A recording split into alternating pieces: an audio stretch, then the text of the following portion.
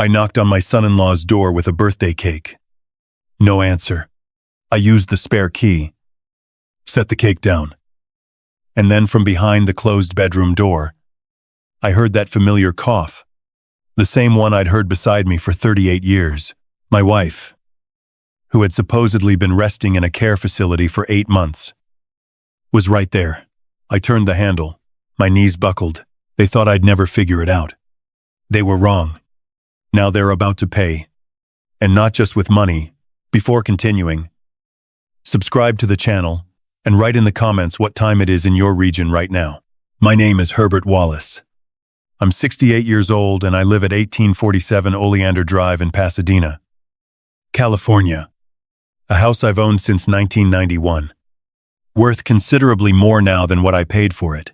For 42 years, I worked as an actuary for Northwestern Mutual. If you don't know what an actuary does, here's the short version. I calculated the probability of things going wrong so that other people wouldn't feel the full weight of it when they did. I was good at it. The irony of what I'm about to tell you is not lost on me. I've been retired for 3 years. I iron my shirts on Tuesday evenings, keep my vinyl collection organized by label and year, and read the newspaper in the same chair every morning with the same cup of coffee. 2 sugars. No milk. People who don't know me think I'm cold. People who do know me understand the difference between cold and patient. I don't raise my voice. I don't slam doors. I sit with a problem until I understand it completely. And then I deal with it. Norm and I were married for 38 years. She was warm in the way I was not Talon. Laughed easily. Cried at commercials. Kept a cat named Marmalade who shed orange fur on every piece of furniture I owned. And who I pretended to dislike. We were a good match. One of us always compensating for what the other lacked. Our daughter Megan is 36. I want to be fair when I describe her because fairness is something I believe in. She is intelligent, organized, composed under pressure. At dois presece. She kept color-coded binders for every subject. Ad doi. She negotiated her own starting salary without asking for advice. I was proud of her. I told her so, which is not something I do lightly. Then she married Derek. Derek Carter is Otusdokus. He's a real estate broker. A profession built on convincing people that things are worth more than they are. He has the handshake of a man who's practiced it in a mirror and the smile of someone who knows exactly when to deploy it. I noticed all of this at their wedding dinner 9 years ago and thought, Megan is sharp enough to handle him. I underestimated how thoroughly she wouldn't need to. Something shifted in my daughter in the years after that wedding. It was gradual. The way a faucet starts dripping long before it bursts. She became more deliberate around me. More careful. She started calling more often, which I appreciated at first, until I noticed that most of her questions circled the same territory. The house. My pension. My plans. Just making sure you're okay. Dad. And I'd say I was fine because I was fine. Or I believed I was. Megan began accompanying Norma to doctor's appointments. She started speaking on Norma's behalf, answering questions directed at my wife before Norma could respond. I noticed it the way you notice a squeaky step. Every time. Briefly. Then you carry on. I gave it charitable explanations. That was my first mistake. Then 8 months ago, things accelerated. Megan arrived at the house with 2 suitcases packed with Norma's clothes. She stood in my kitchen with the calm of someone who had rehearsed this conversation and told me that Norma needed rest. A break from the demands of the household. She was exhausted. Didn't I see it? Megan would provide care and accommodation. All I needed to do was contribute to the costs. Sanmeyuan. $200 per month. Transferred to Derek's account, since he was managing household finances. I looked at Norma. She stood slightly behind Megan, coat already on, and gave a small nod when she saw me looking. Practiced looking. Like someone confirming a story they'd been asked to tell. I agreed. I gave them the benefit of the doubt because that is what you do with your family. Every Sunday I drove to 924 Sycamore Lane in Arcadia and spent 1 hour in their living room with Norma. She sat in the same armchair each time and spoke in measured, careful sentences. Megan was always present. Derek met me at the door on arrival and walked me out at departure. I filed this under courtesy and didn't examine whether it was also something else. 7 payments. 100 yuan. 200 each. Straight through to the following spring. Then came the Friday evening I called Derek to arrange a birthday surprise. His birthday was the following day. I had a tradition. Chocolate cake from the bakery on Colorado Boulevard. Megan's preferred style. Blue icing. I suggested champagne. A family evening. Something simple. Derek's it. Of course. Herbert. Come on by. There was a pause before, of course. Half a beat.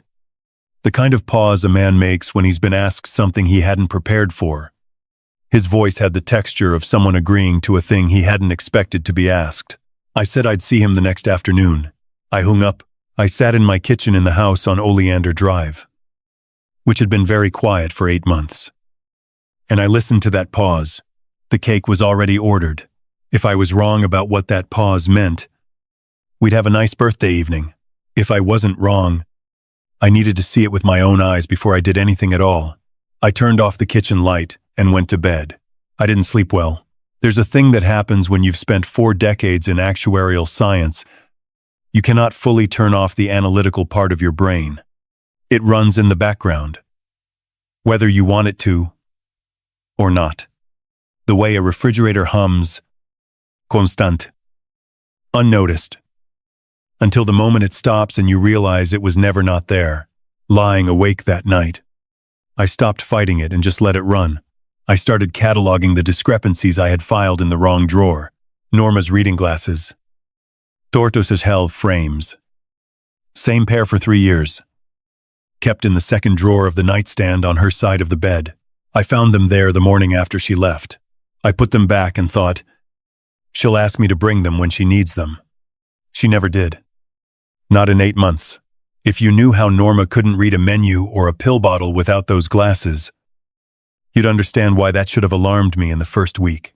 I gave it the most charitable explanation I could find and moved on.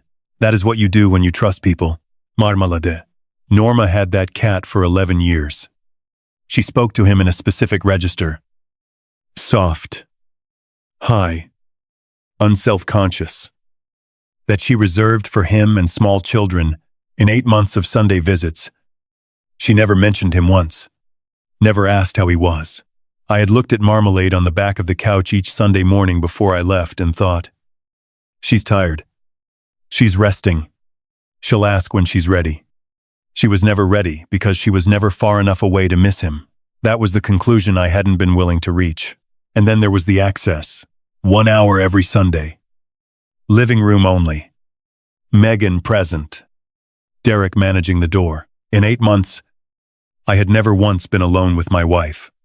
Not for 5 minutes. Every time I called Norma's cell, Megan answered. Or the call went to voicemail. And Megan called back. Mom's resting. She'll call Sunday. I had read this as attentiveness. I was rereading it now. The morning of Derek's birthday.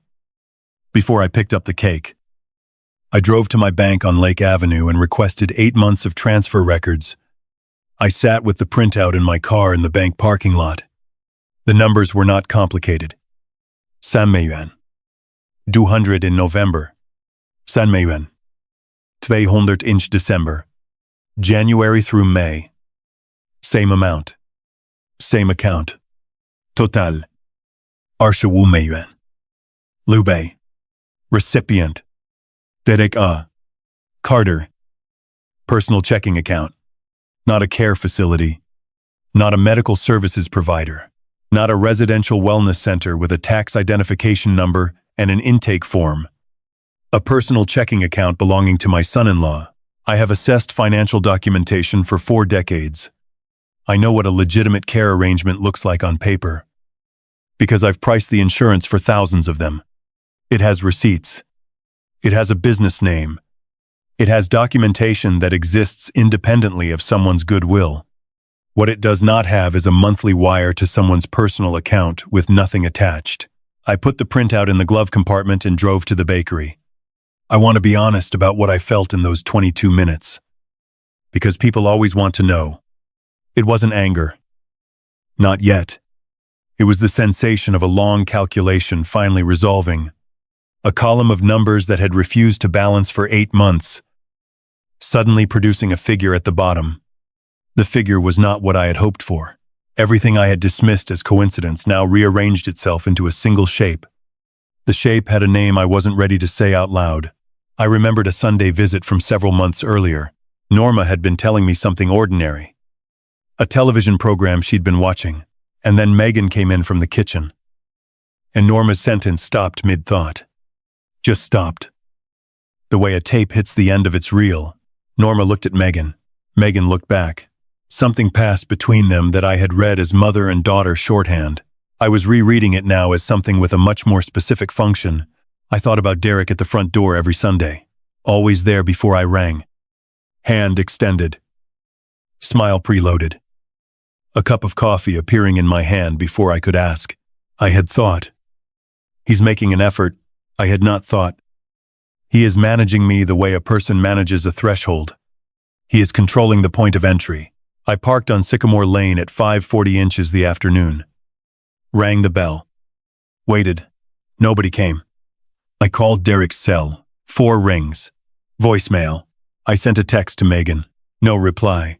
I stood on the porch of 924 Sycamore Lane with a birthday cake and listened to the specific silence of a house where people are home and choosing not to answer.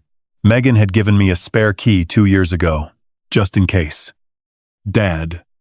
For emergencies. She'd said it casually.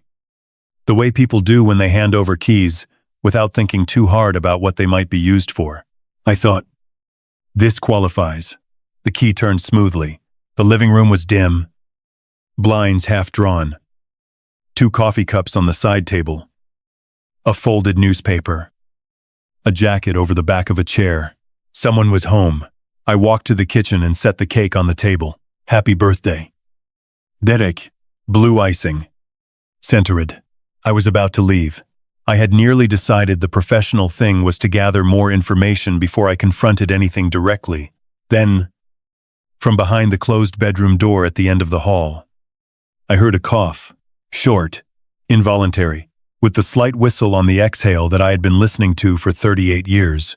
I stood in the kitchen with my hand on the back of a chair and did not move. The refrigerator hum went silent. The calculation resolved. The number at the bottom of the column was a figure I had not budgeted for, and I had spent my entire career making sure other people didn't have to face numbers they hadn't prepared for. Now it was my turn. The morning of Derek's birthday. I was up before 6:00. I'm not a man who paces. Pacing is for people who don't know what to do with the energy produced by uncertainty. I sat at the kitchen table with my coffee and my bank printout and worked through the remaining variables methodically. The way I used to work through a mortality table, 1 column at a time. No skipping ahead. What I knew. 25 yuan. 600 had been transferred to Derek Carter's personal account over 8 months. What I didn't know. Whether Norma had authorized those transfers, whether she understood what she had authorized if she had, and whether what I would find at 924 Sycamore Lane today would constitute evidence or merely suspicion. An actuary draws a sharp line between those two things. By the time I left for the bakery on Colorado Boulevard, I had settled on my approach. I was going to a birthday celebration. I had a cake. I had no accusations and no confrontations planned. What I had was a question, and the question was whether the answer I was expecting to find would be there when I arrived. The rest could wait. The bakery opens at 7:00. The woman behind the counter recognized me. I had been in twice a year for 3 years. Always the same order. Chocolate on chocolate. Blue icing. The name in a clean sans serif font Megan had specified the first time, and that I had dutifully passed along every year since. She had my order ready. I paid $64 and carried the box to my car. The drive to Arcadia takes 22 minutes on a normal Saturday afternoon. I drove it in 25 because I was in no particular hurry. And because I was still thinking, I thought about the Sunday visits. 52 of them. No.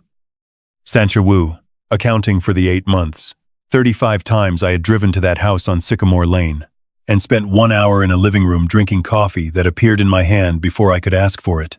While Megan conducted the conversation and Derek stood at the perimeter of the room like a man monitoring a transaction, 35 times I had kissed my wife on the cheek and said I'd see her next week, and driven home to a house that had been very quiet since October.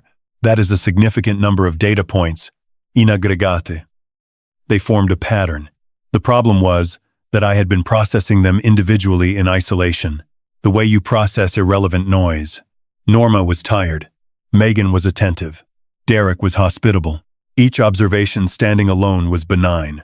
Together they assembled into something I should have looked at directly a long time ago.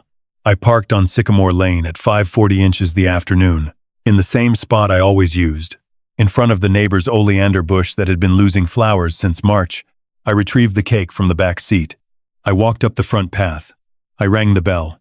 I waited.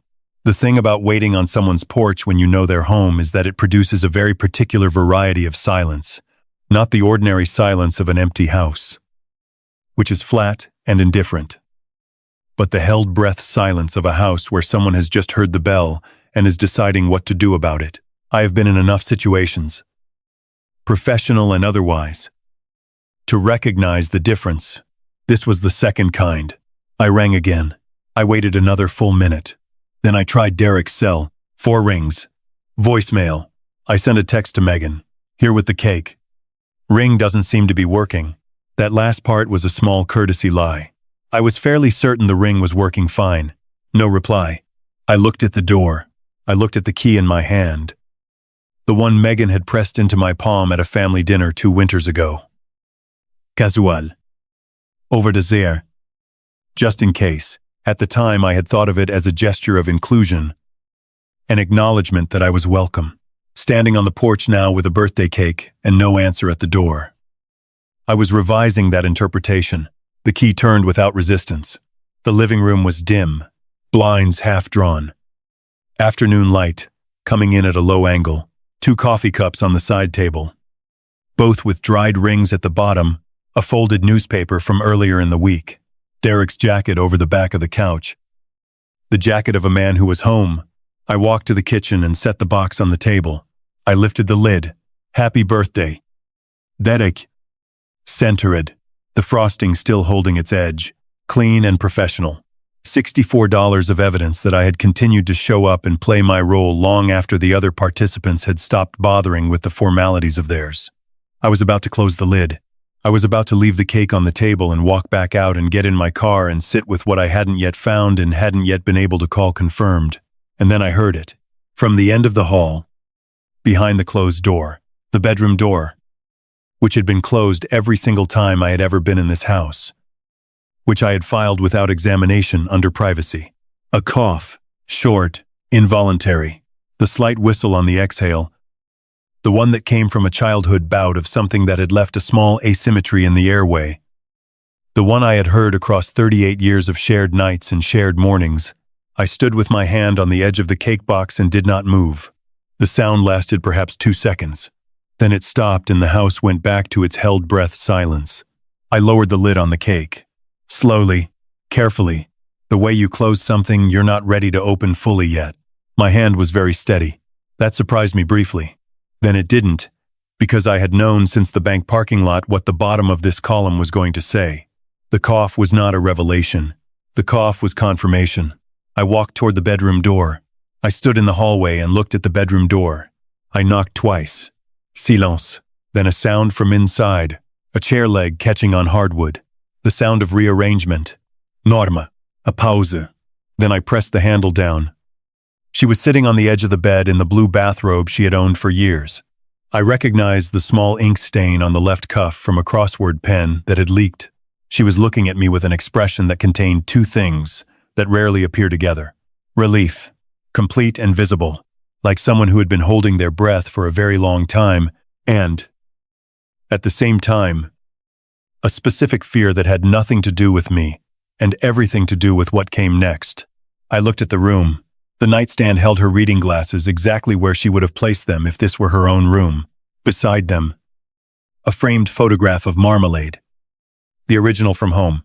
In the corner, her dark green rolling suitcase, open and emptied into the closet, her blues on hangers, her shoes arranged by heel height, the habit she never noticed she had, her hand cream on the dresser, her book on the windowsill, her small brass reading lamp from our bedroom on Oleander Drive.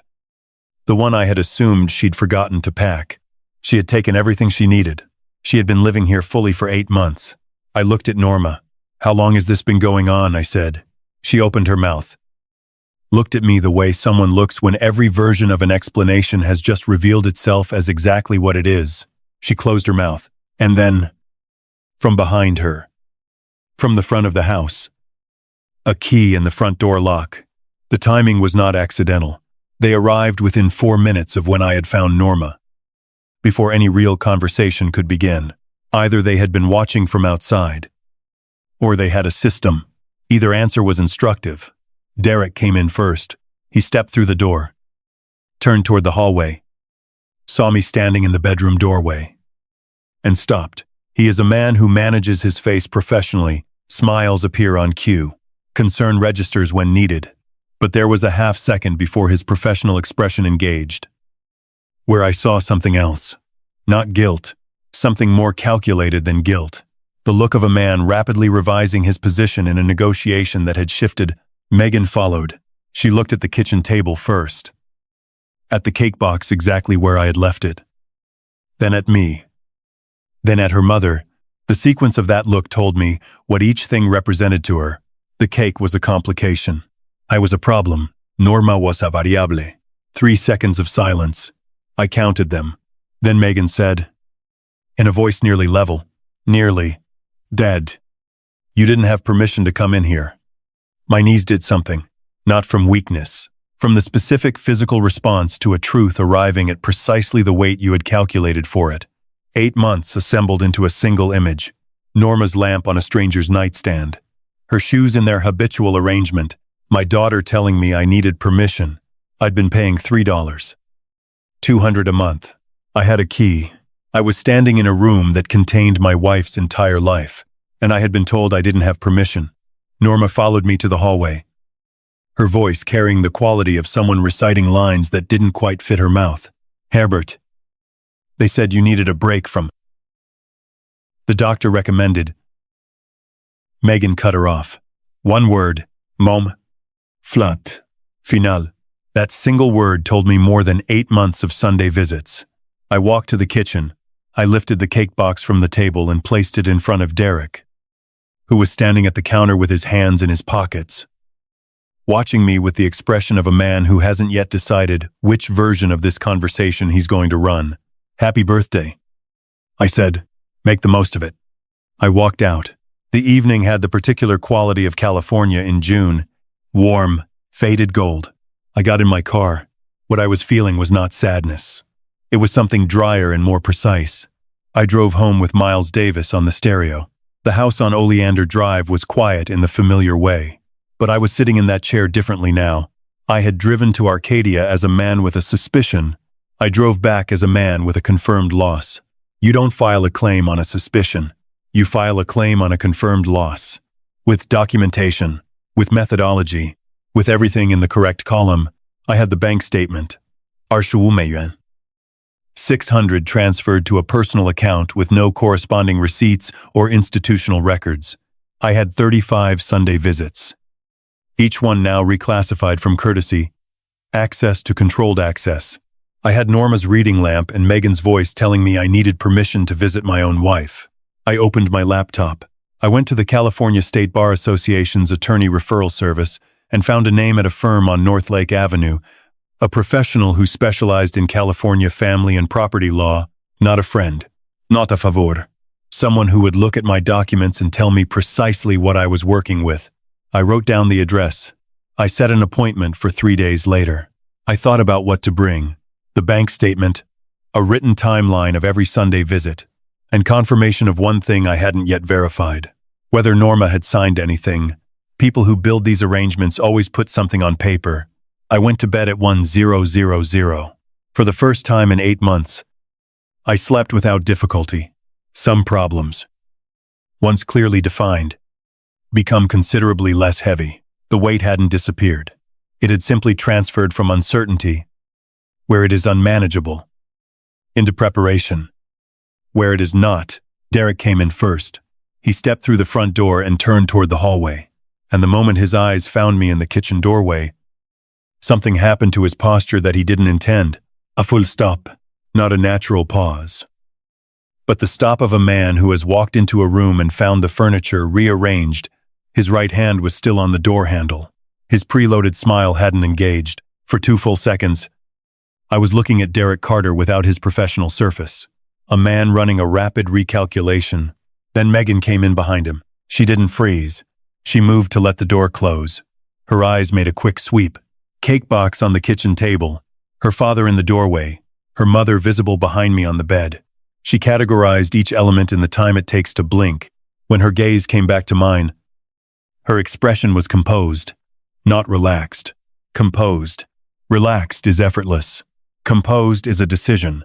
3 seconds of silence. I counted them. Then Megan said, in a voice nearly level, "Dad, you didn't have permission to come in here." And there it was. My knees registered something in the way a structure registers load. 8 months arranged themselves into a single image in 4 seconds. Norma's lamp on a stranger's nightstand.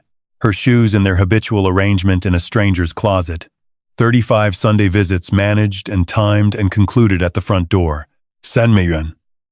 200 per month to a personal checking account with no receipts. No institutional name. No documentation beyond the fact of the transfers. And my daughter telling me I needed permission to find my wife. I walked back to the kitchen and sat in the chair nearest the door. Norma came partway out of the bedroom and stopped in the hallway.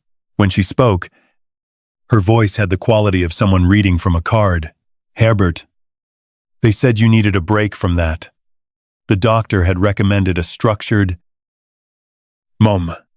Megan's voice, one word, flat as a hand brought down on a table. Norma stopped. That single word.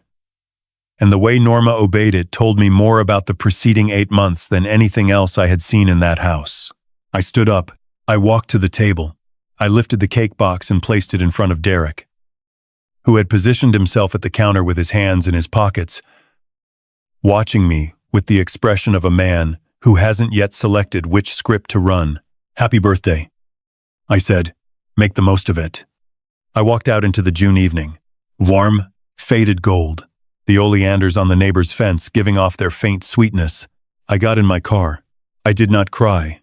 I did not feel the hot pressure that precedes doing something regrettable. What I felt was dry and precise, and very, very clear. I drove home with Miles Davis on the stereo, and sat at my kitchen table in a house that had been quiet for 8 months. I looked at the window above the sink, which showed me nothing but my own reflection. Then I opened my notebook and wrote 2 headings. On the left, what I have. On the right, what I need. Under what I have. 8 months of bank transfer records. 25,000 600 to a personal account with no supporting documentation. A documented pattern of controlled access over 35 weekly visits. My direct observation of Norma's fully established residence at 924 Sycamore Lane, and a document I was reasonably certain existed somewhere in that house. Something Norma had been asked to sign. Under what I need. 1 word. Attorney. The following morning, I called the California State Bar Association's referral service and asked for a family and property law specialist in the Pasadena area. The appointment was set for 3 days out. I spent those 3 days preparing. I printed and organized the bank statements. I wrote a chronological record of every Sunday visit, 35 entries, each with date, duration, who was present, what was said, and what I had been prevented from seeing. By the time I walked into Philip Norton's office at 300 North Lake Avenue, I had 47 pages of organized documentation in a manila folder. Norton was a trim man in his mid-50s with the working office of someone who actually uses it. Books open on the credenza. A legal pad covered in handwriting. He shook my hand, offered coffee, and sat down. "Tell me what happened," he said.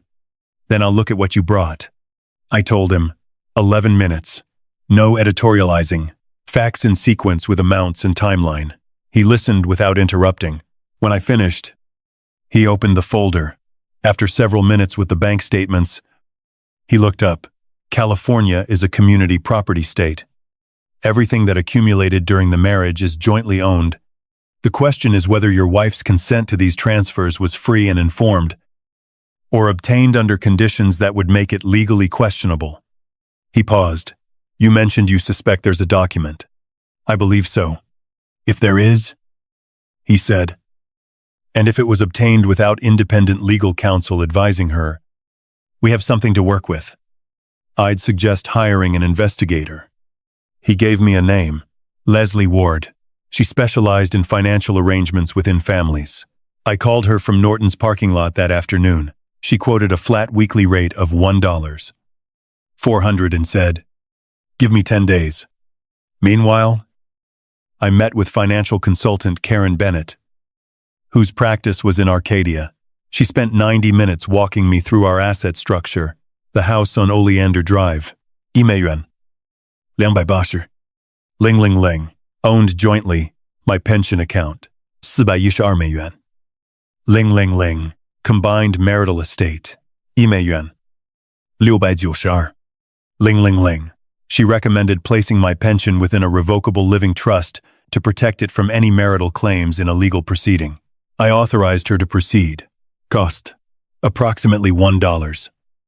800 inches legal fees. 10 days after I hired her, Leslie Ward called. I found it, she said. The scanned document arrived by email 20 minutes later. It was titled Voluntary Residential Care Agreement. 2 pages formatted to look official. It established that Norma Wallace, of her own free will, had agreed to reside at 924 Sycamore Lane in the care of Megan Wallace Carter and Derek Carter for an indefinite period, with housing and personal support to be funded by Herbert Wallace at a rate of $3.200 per month. At the bottom, Norma's signature, dated in October of the previous year. Above it, a notary stamp from a private notary named R. Figueroa, whose practice address was 2 blocks from Derek's real estate office. I looked at the signature for a long time. I know Norma's handwriting. I have seen it on tax returns, on the deed to our house, on 38 years of birthday cards and school permission slips. This signature was hers, but the pressure of the pen was lighter than usual. The letters were careful in the way that handwriting becomes careful when the person holding the pen is not entirely comfortable with what they are writing. Her hand had been shaking. The following morning, I brought Norton the document along with Leslie Ward's full 4-page report. He read carefully, made 2 notes on his legal pad, and set his pen down. The notarization is the problem for them, he said. In California, when a document involves financial commitments from a spouse of the non-signing party, there's an implied standard that the signatory had independent legal advice. There's no indication your wife spoke to an attorney before signing this. A notary's job is to verify identity, not to ensure the signatory understands their rights. He tapped the document. This is contestable. What's the process? 3 filings. A claim for unjust enrichment, yuan, 600, received with no legitimate entitlement because the underlying agreement is legally defective. A separate filing to void the agreement itself, and a notice that you are initiating review of marital asset management on grounds of financial manipulation. He looked at me directly. Are you prepared for this to be contested? I'm prepared for it to be contested, I said. I'm also prepared for it to be resolved. He nodded. I'll need 3 weeks for the filings. In the meantime, no contact with either of them. No calls. No emails. No responses to anything. Let my office handle all communication. I said that suited me fine. I drove home and crossed attorney off my needs list and wrote time instead. I did not call Megan. I did not call Derek. When Megan called 3 days later, after the Sunday visit window had passed without my appearance, I let it go to voicemail. Her message was level and carefully worded, which told me she was uncertain and masking it. She said she hoped I was well. She said Norma sent her love. I listened to it once and deleted it. 2 weeks after the Norton meeting, Karen Bennett confirmed that the revocable trust was established. My pension account, 412美元. Ling Ling Ling was properly held and protected. Legal fees, 1美元. 780.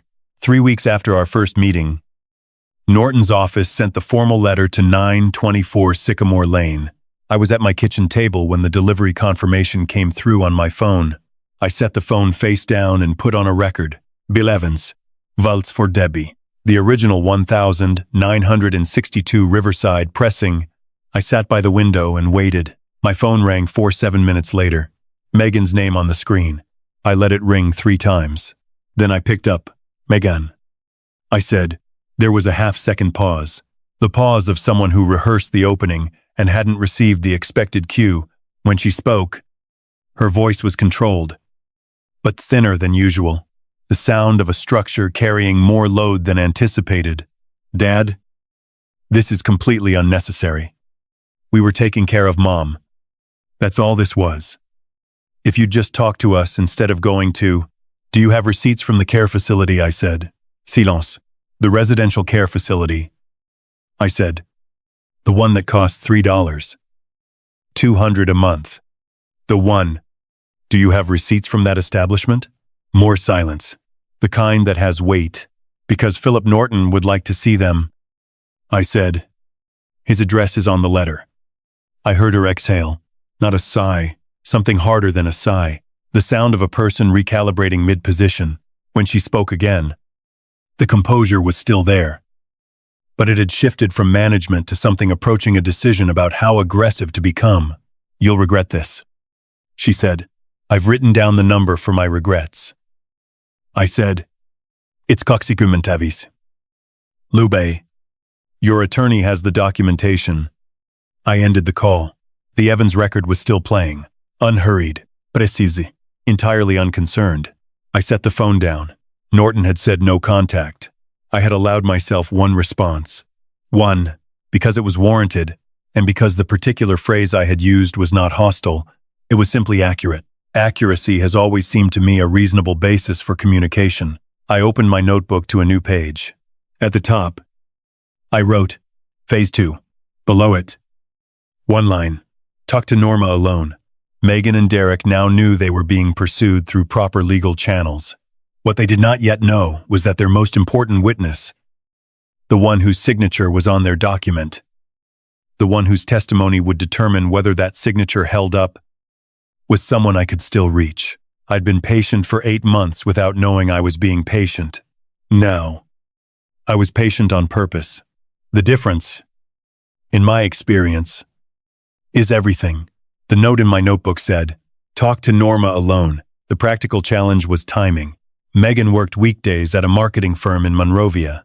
Derek's real estate office was in Arcadia, and his schedule, which Leslie Ward had mapped as part of her initial report, put him in the field most weekday mornings, from 9:00 to noon. The window I needed was midweek, mid-morning, when the house on Sycamore Lane would contain only one person. I drove there on a Tuesday. No call ahead, no announcement. I parked down the street rather than in front, which was perhaps overcautious, but I had learned to prefer overcautious. I waited 5 minutes to confirm no cars in the driveway. Then I walked up and rang the bell. Norma opened the door. She was wearing the cardigan I recognized, the gray one with the wooden buttons she'd had since the early years of retirement, the one she wore when she was comfortable and not performing anything, for anyone. She looked at me for a moment in the way you look at something that has appeared in an unexpected place. And then something shifted in her face. The particular shift of a person who has been waiting for something without admitting to themselves that they were waiting. Herbert, she said. Good morning. I said, may I come in? She stepped back. I came in. We sat at the kitchen table. Not the living room chairs where I had been managed during Sunday visits, but the kitchen table, which is where people actually talk. She put water on for tea without asking, which was what she always did. I waited until she sat down across from me before I said anything. I want to understand what happened. I said, from the beginning. And I want you to tell me in your own words, without editing for my benefit. She looked at her hands. Then she looked at me, and she talked. It had started, she said, about a year before the arrangement, well before October, Megan had been visiting more frequently, coming alone, asking careful questions. How is he doing? Was he sleeping? Had she noticed anything concerning? The questions were wrapped in daughterly concern so smoothly that Norma had accepted each one without turning it over to look at the underside. Then, over several months, the picture Megan painted slowly shifted. Herbert was struggling with the transition to retirement. He seemed low. He'd been distant. A doctor. Megan mentioned a name. A specialist. Someone she'd spoken to. Had suggested that a structured separation might help both of them. Just a rest. Just some space. Norma had asked, "Did Herbert know about this?" And Megan had said, yes. He'd agreed to it. He thought it was a good idea. He just didn't want to say so directly because he found that kind of conversation difficult. I believed her, Norma said. Her voice was even, but there was something underneath it that had been living there for a while. She's our daughter. I believed her. The paper had appeared at the end of that same conversation, just a formality. Megan said, something for record-keeping purposes. To establish the arrangement properly. There was a man waiting outside in a car, who came in briefly and watched Norma sign. She hadn't read it carefully. She had trusted that if her daughter was asking her to sign something, it was what her daughter said it was. I did not interrupt.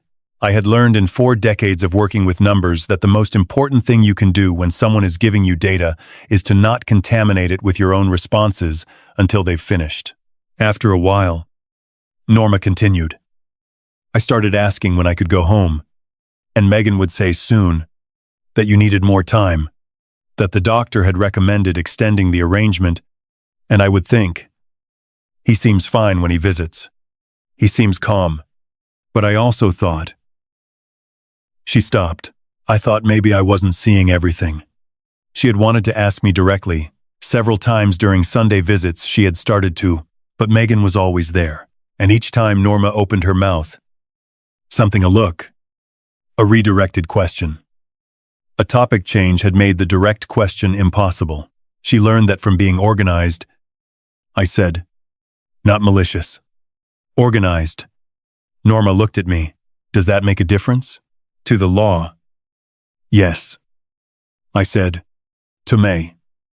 Not particularly. I asked her about the document. She went to the bedroom and came back with a plain white envelope. Inside was a copy. She had kept a copy. A detail Megan had apparently not anticipated or had considered too minor to address. I looked at the signature, the notary stamp, the careful, bureaucratic language that Derek had assembled to make a private financial arrangement look like an institutional record. Norma. I said, I have an attorney. His name is Philip Norton.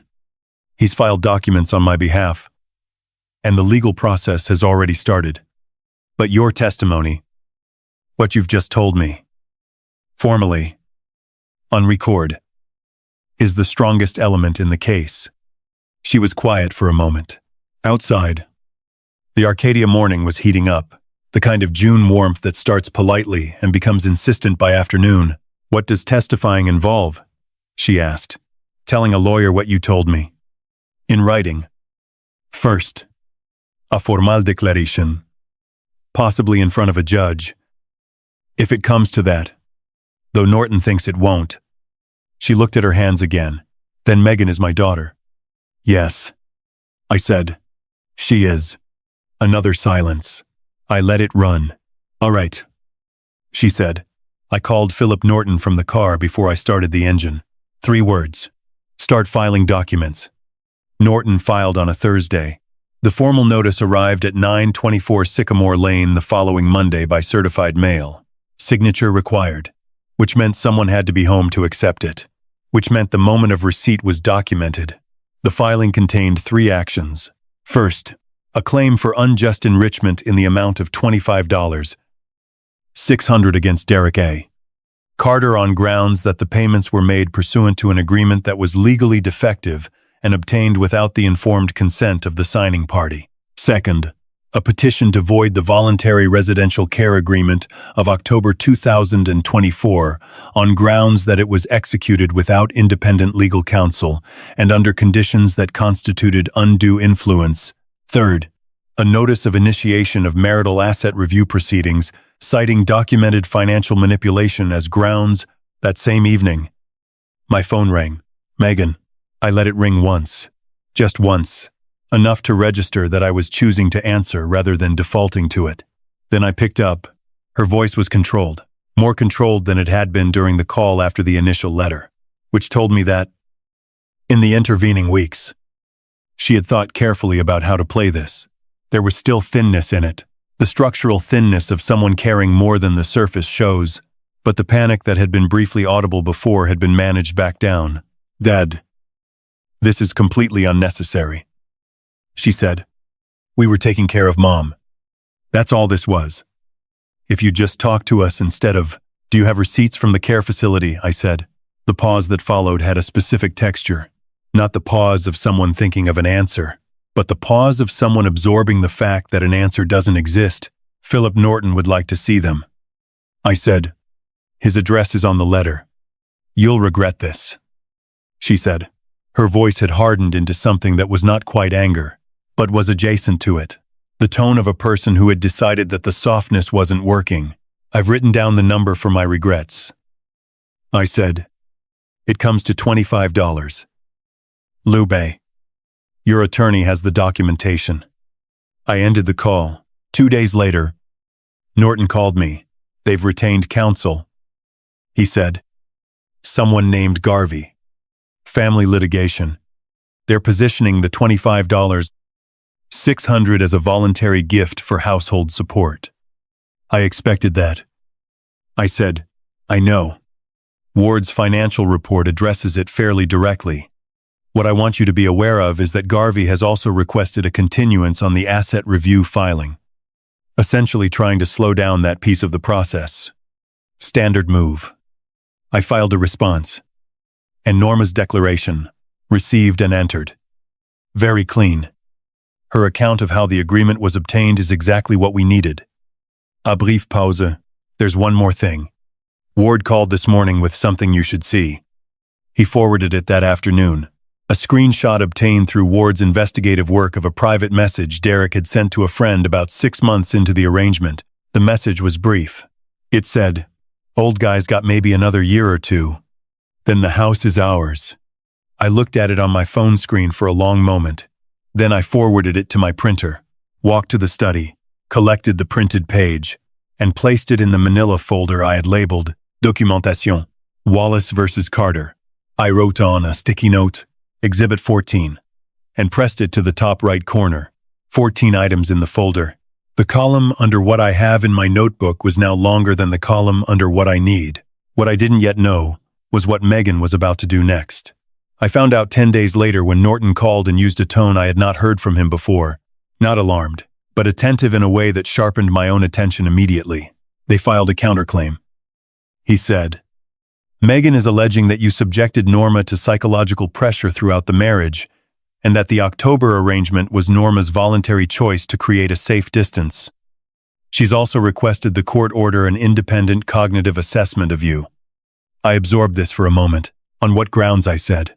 She's suggesting that your filing of these claims, the precision of the documentation, the scope, is inconsistent with normal behavior for a person in their late 60s and may indicate obsessive cognition. I considered that for approximately 3 seconds. "Philippe," I said, "please schedule the assessment at the earliest available date. I want it done, and on record before the first hearing."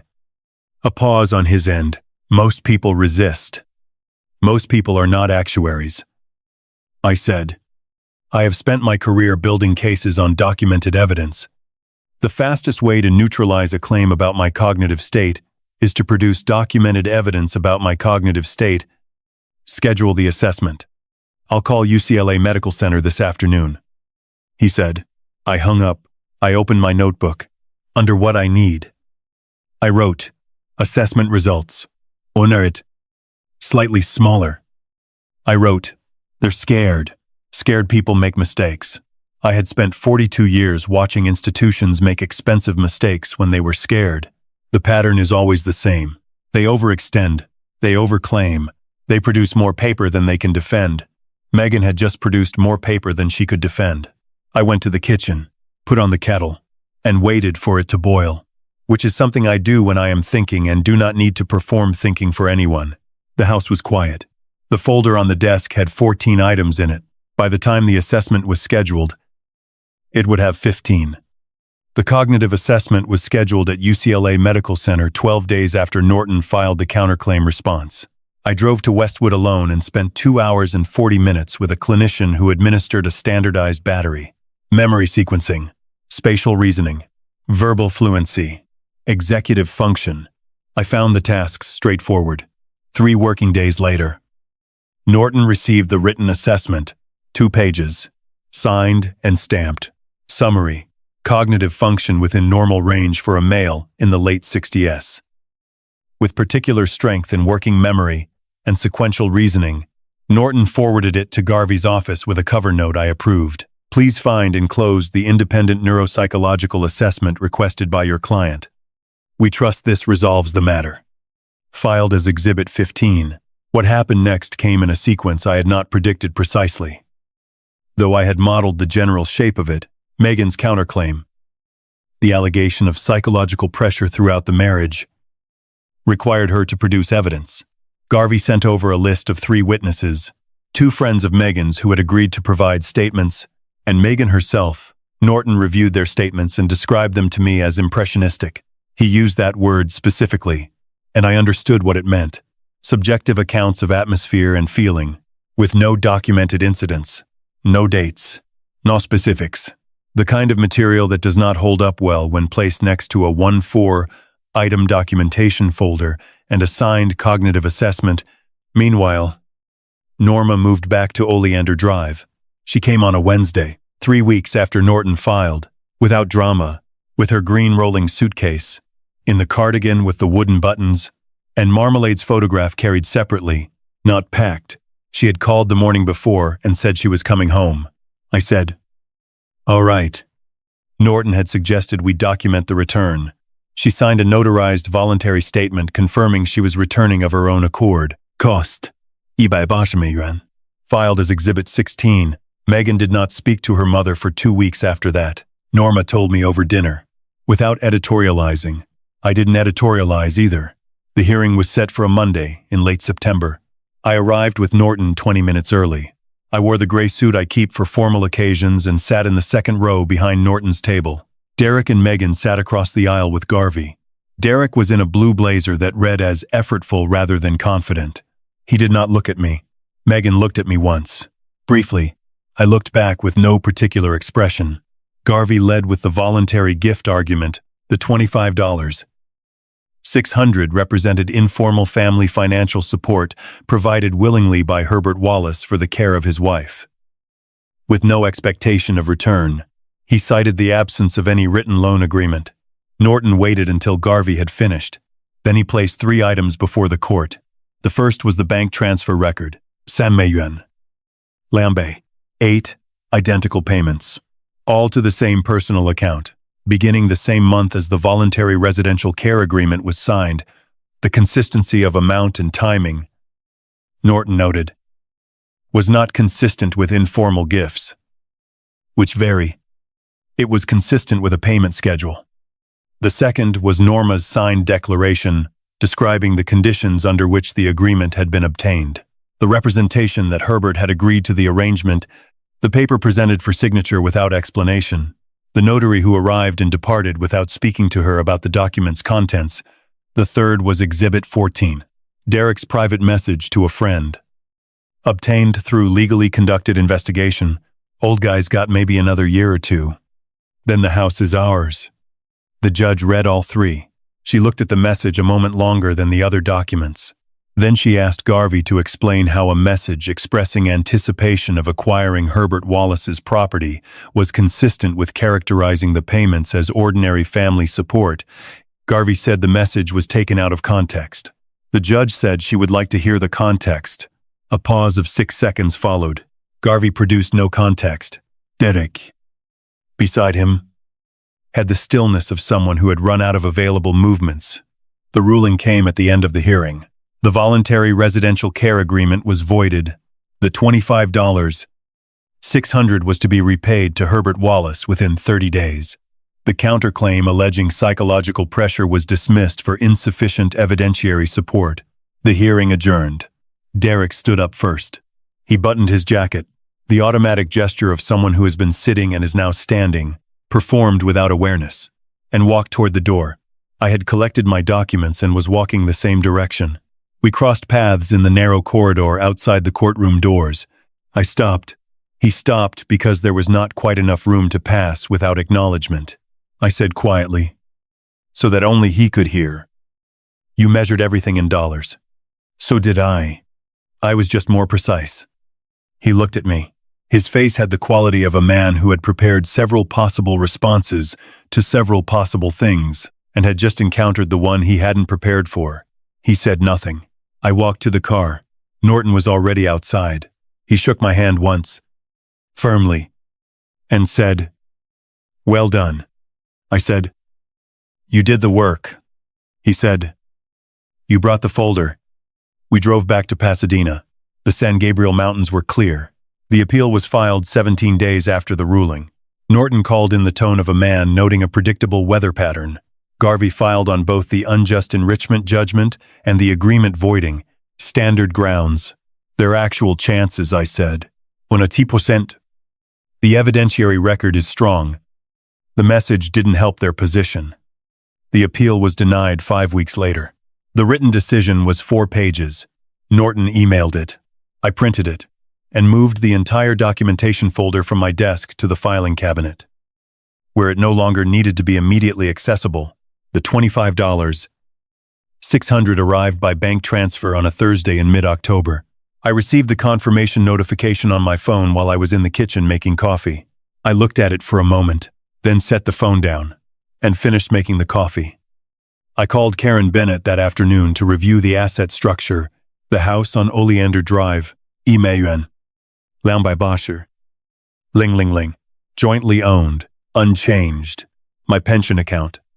412美元. Ling Ling Ling. Held in the Revocable Living Trust, properly protected. Total legal and investigative costs across the entire proceeding. 9美元. 340. Norton's fees. Ward's weekly rate across 11 weeks. Bennett's consulting hours. And the assessment at UCLA, net recovery. 25美元. 600 minus 9. 340. Which left $16. 260 returned to the position I had held before the arrangement began, plus interest, which Norton had included in the filing, and which added $1. Babe Archer. The final number was $18. 080 recovered. Net of all costs. I wrote it in my notebook.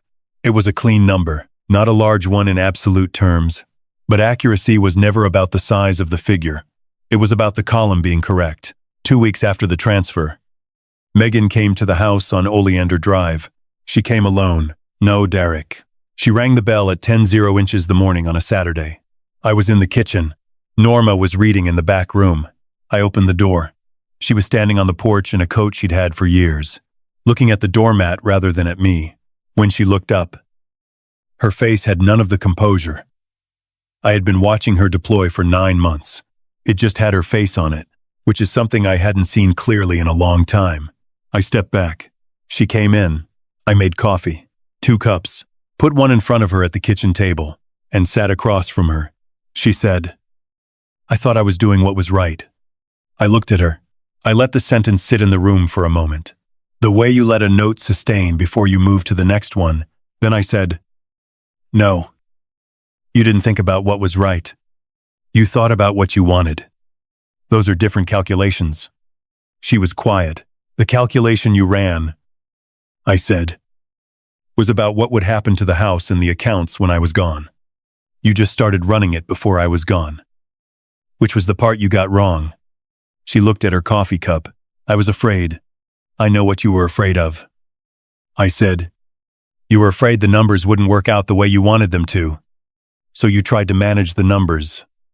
She didn't have anything to say to that. I hadn't expected her to. She didn't leave immediately. She sat for another 20 minutes, and Norma came in from the back room and sat down. 2. The three of us were in the kitchen together for the first time in nearly a year. Nobody said anything that particularly needed to be said. There was coffee. There was the sound of the neighbor's dog somewhere down Oleander Drive.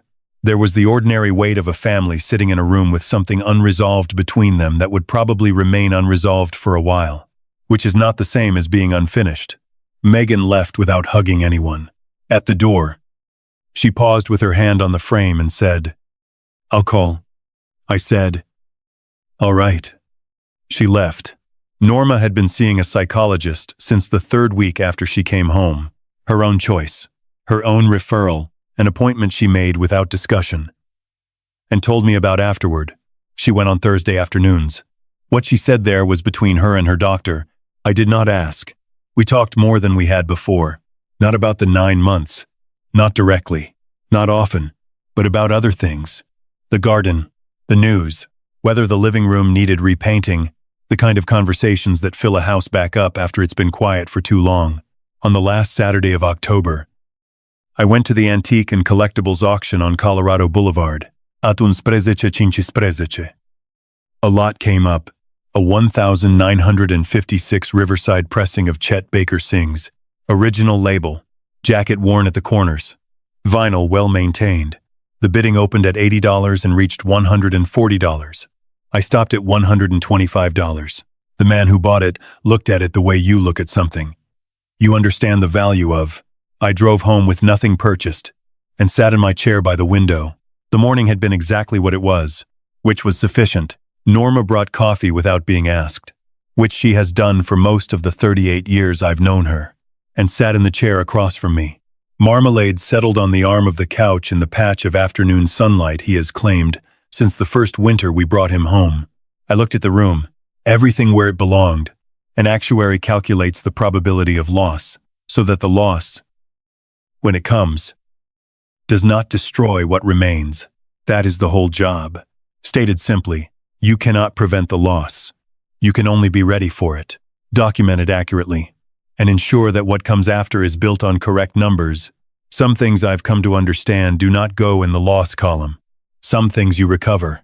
If you like this story, please like this video, subscribe to the channel, and share your impressions in the comments. To listen to the next story, click on the box on the left. Thank you for watching.